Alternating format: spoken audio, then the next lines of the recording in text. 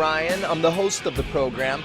It's our Brittany and Mel are Friends edition of Ryan's Rock Show. Today we're going to be speaking to Jake from Say Anything.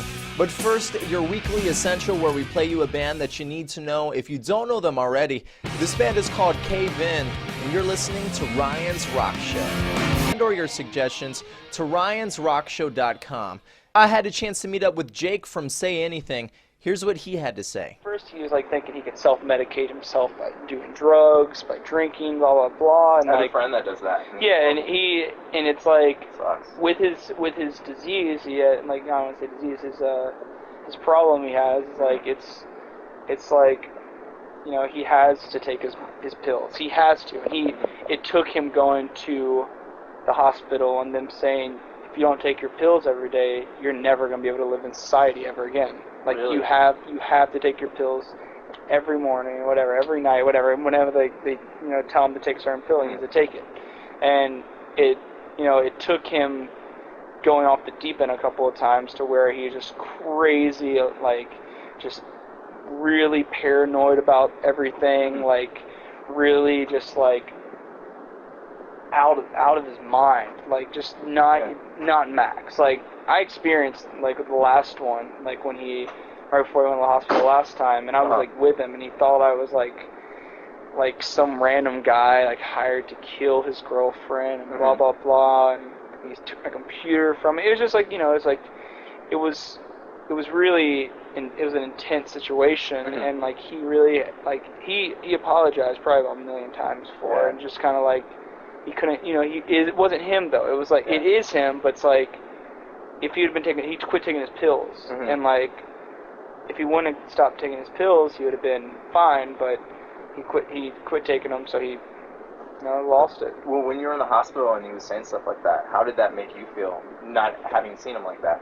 Oh, just just saying sorry, or him when he was when you were talking about how he thought you were trying to kill his girlfriend. Oh no, I was there. I was there to practice. I was in New York City to practice. Yeah, okay. And so that was before he went to the hospital. Okay. And then probably 2 days after that, he actually went to the hospital, and or they had picked him up off the street and took him to the hospital. And he was walking around. Is that weird? It's weird, but it's it's Max. You know, it's I understand where. I understand what's wrong with him, and I've tried to even look into into bipolar and just trying to see what's going on, because sometimes I think I'm bipolar, but really I have a really bad temper problem sometimes. But it's overall it's it's not a bad disease. It's a very, it can be controlled. It's it's not, I wouldn't say it's a disease. I hate calling it a disease, but it's an issue that a lot of people carry nowadays. It's really weird that a lot of people have it, but a lot of people do, and it's ADD or any of those things, or depression or anything. And most of the time, depression, bipolar carries depression, paranoia, all that stuff. People always say people that have bipolar are schizophrenic and blah blah blah, and they're no, it's not. It's just paranoia. It's them overthinking, wow, this is happening, what about this, and what about that, and what about... It's a pretty complex, disorder, but, I don't know, it's, at the same time, it can be controlled, and he has controlled it for 2 years, and he's been amazing with it, and, I don't know, he knows that he needs to take his pills, and if he doesn't take his pills, we all scream at him, it's That's good. It's that's kind of I don't know. He's been so good about it, and a while before he went to the hospital, he was just he had have a tour manager say, and he knows when he's low. He'll tell our tour manager and be hey, I'm low on this pill, and he'll go to the pharmacy and get it. It's it's not too bad. So are the other guys in the band as supportive as you are? Yeah, absolutely. Yeah, it's we've all seen him at his worst, pretty much, or either talked to him. My brother talked to him on the phone when I was with him, and it was still my brother understood something was not right with him, and he was past the level of where he could be corrected at that point, where he needed to be sat down and told, hey, you have a disorder, you have bipolar, and you need to take these pills to keep you in line, and it's but Alex and Kobe and they saw it before I saw it. They were all in New York City one time when they were at CMJ, and he wasn't taking his pills. He was like, quit taking them, and he did the exact same thing, and we've all seen it, or either somewhat experienced or heard of what happened. Mm-hmm. It's like, we know when something's not right, but like, it's like when he's like taking his pills and, he's in great spirits, just, cool. He's an amazing dude. He's an amazing dude in general, but like, just, that's always hard. Do you get weird reaction from fans when they read stuff online about it? Not really. Most like they're like mainly interested in more or less like like understanding. They understand like, or they like want to know more about him. They want to know like like how he thinks and like how he writes the music he does like with the disorder, and it's like it doesn't affect it at all. It's like totally like it's like thrown out the window. It's just like, oh wow, that dude just takes pills and stuff, but that doesn't mean like it affects his mind when he's thinking about writing a song. It's like he's still Max. He's wrote those songs before, like, because like really, it like over time the disorder gets worse and worse as you get older. Like, really? Sometimes like you're born with it and it doesn't hit you until like you're 18 or 19. Wow. And so it's kind of weird. So it's like and then like once you hit like 20, 21, it starts to, it's like in. Like that's like usually the age of like where the disorder shows in its entirety. Okay. And like, but some kids are actually born with it earlier. But like most of the kids that come to the shows, they like want to talk to Max about it because Max he has such a positive. He understands what he has, and he will talk. If someone else has it and they need support, he will sit there and talk to them. Like I've had dudes come up before, and like I just want to talk to Max. I have bipolar disorder as well. Oh, really? Like, blah blah blah. Yeah, and just like people come up and they talk. So he comes out and he'll like talk to people. Yeah, he would like he loves talking to people about it. It's cool. It's really awesome. Like just like them like talking about how they just got on this pill and and he's like, yeah, I take that, or he's like, I've tried that before. It's not strong enough, or something like that. It's just like it's like, but I have it like really. It's a really intense with me, but. Does it get emotional with like kids that come up and say they have like bipolar, and then they talk to Max? Not with me. More or less, Max just like feels like he's been through his like his childhood of disorder, his bipolar symptoms and stuff, and he understands it, and he understands what he has to do to take care of himself now. So it's like he feels like he's conquered it, and he wants to help other people conquer it as well sometimes. We have some crazy fans, for sure. Josh is shaking his head like, yeah. Oh, yeah, we have some crazy fans. We do have some wild fans sometimes, but they're really usually awesome. Like, sometimes they're over the top and want to, like, talk about all these really random things. What are some examples? For instance, like, one time there was this kid that came up and, like, he, like, wanted to talk about, like, all these old songs and about, like, and then he went to like continue to say he made a thing of art. And it was like actually it was like the song Walk Through Hell. He had made this like clay thing that like it looked like hell, and he had made Max walking through hell. It was really weird. And he was like, I want you guys to put this on your That books. is weird as hell. And we were like, okay. So we like sat it there for like probably a week or so, and then it fell off and broke. But it was like one of those things that it was like a really weird thing. But he was just a really intense fan. He still comes to the shows, but he'll always wear like his like I Heart Max Bemis shirt, like one of those kind of dudes. Like, so you've seen him before, like after that? Oh yeah, he still comes to the shows. But there's always those kind of people that are like really just intense, like Has things changed since you guys were on the cover of AP? No, not really. Like, I of course got a bunch of phone calls and stuff like that from friends, like, hey, I saw you in the front of the magazine, or text messages, like, people work at bookstores, stuff like that. But, like, first time we actually saw it in stores, like, I was on tour all the time, it was in stores, so I didn't really get to be at home and go into a store and see it. So, like, I saw it, like, which is, I've always wanted to do, but, like, when we were flying to MTV Woodies, and me and Kobe and Max got off the airplane, and Kobe and I looked over, and I was like, we both look at each other, and we see it in the airport, and we're just like, it's really weird. Is it? It was really weird. Like, I was like, oh, it's me. It's kind of crazy. Just like on the front cover, it's like, like I've seen myself in magazines before. I remember the first time I was in a magazine, I was like, wow, this is awesome. Like, I was so stoked. And like now it's like I'm still excited, but it's like, you know, I'm in another magazine, but it's like at the same time, it's like, wow, there's, like my mom brought home a Spin magazine with a new Spin article with a review of the album, and like, it was like, I don't know, it's just, it was kind of cool just to read. How old are you? I'm 23. 23? Okay, so everybody's pretty young then? Everyone's pretty young. Max will be 24 on April 6th, and Parker just turned 27. He's the oldest, but he looks youngest. Okay, so you joined the band when you were like I was 19? 20. I was 20. Okay. I was actually, I just turned 21. How has that changed you?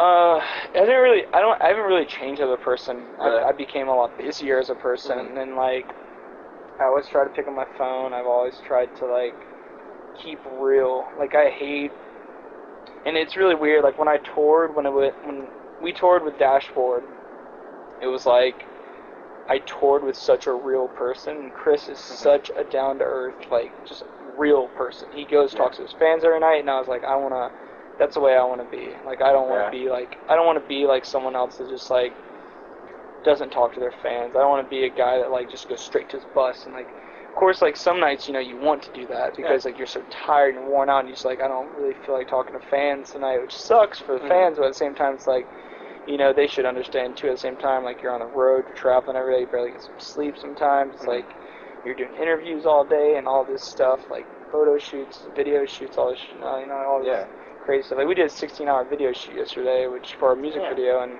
we're just completely. I haven't slept at all, like, because I've been so worried. Because today's the first day of tour, and so I like helped put together all the production stuff for it, like the lighting and all that crazy stuff, and it's just like.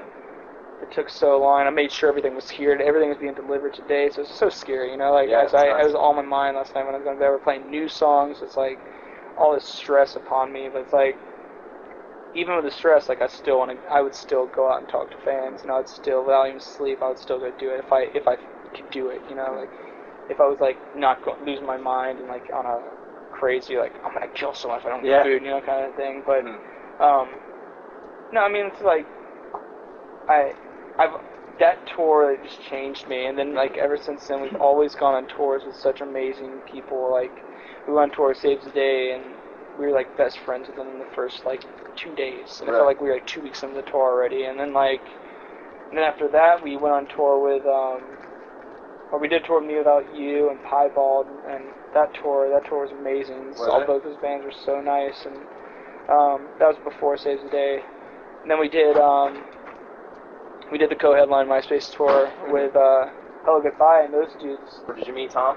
No, we didn't. We actually we played the Wheel Turn here in LA, and he was supposed to come, so we all wore Tom for President shirts. That's great. All wore them because we got him that day, and like we just thought it'd be funny if he was there, and he was supposed to come, and he actually got held up with something. So I would understand he's a pretty busy person. So, but I also was kind of bummed I didn't get to meet him because I was on his tour, you know.